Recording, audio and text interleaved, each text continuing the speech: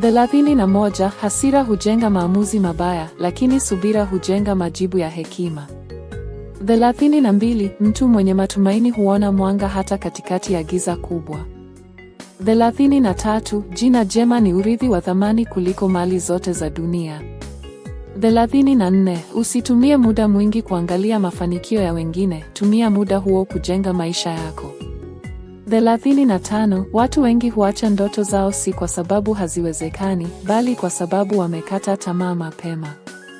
36. Kila unachopanda leo, kiwe chema au kibaya, siku moja utakivuna. 37. Upendo wa kweli huonekana zaidi wakati wa shida kuliko wakati wa raha. 38. Mtu mwenye moyo wa kusaidia wengine huwa chanzo cha baraka kwa wengi. 39. Hekima ya kweli ni kujua kwamba bado una mengi ya kujifunza.